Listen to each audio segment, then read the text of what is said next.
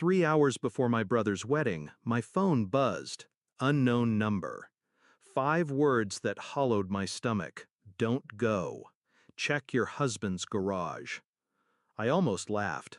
Almost. But my hands were already shaking when I grabbed the keys.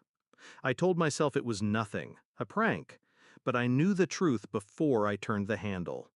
The garage door groaned open, and there it was, a suitcase. Not mine, not his. A woman's red silk dress draped over the edge like a wound. On top, a gift-wrapped box with my husband's handwriting. The tag read, "For S."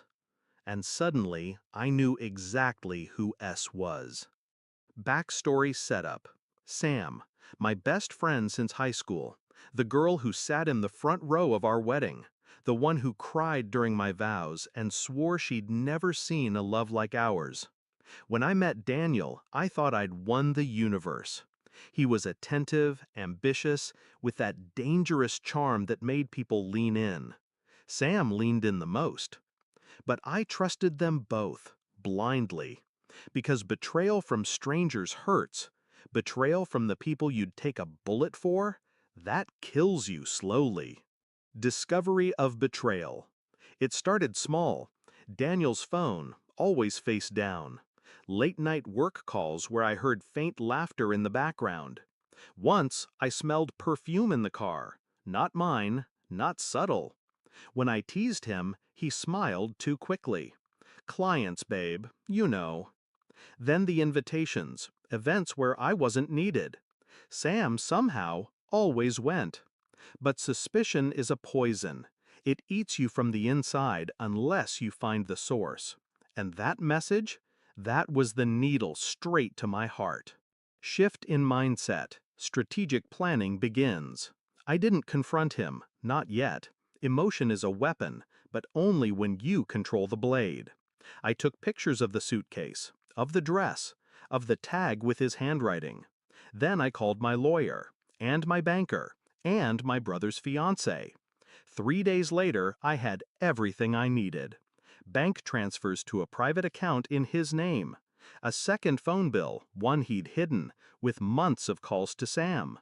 Hotel receipts, same check-in dates, same room number. I didn't cry, I didn't scream. I planned.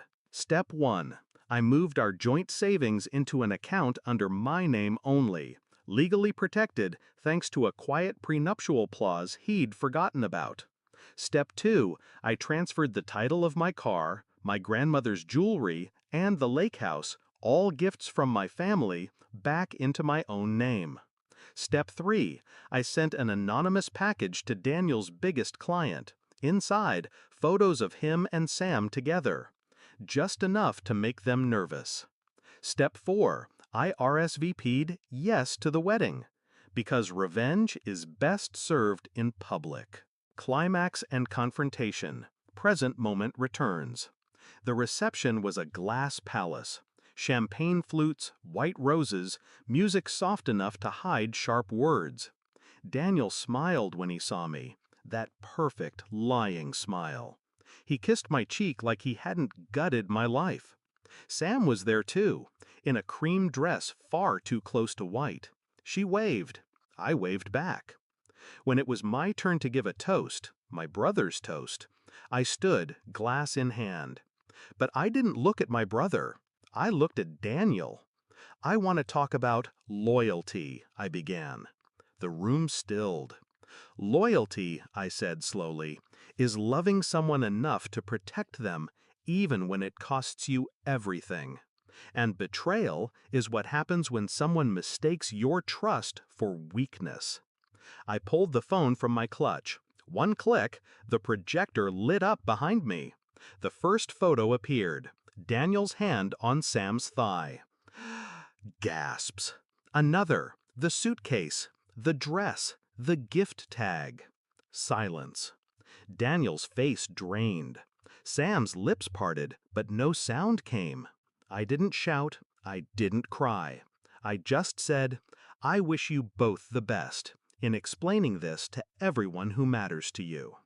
I set the mic down and walked out. By the time Daniel stumbled out into the parking lot, I was gone. By the time he called, his accounts were empty, his reputation bleeding out through the phones of every guest. I didn't answer. Some people think revenge is about making them feel your pain. It's not. It's about showing them you can smile while you burn their world to the ground.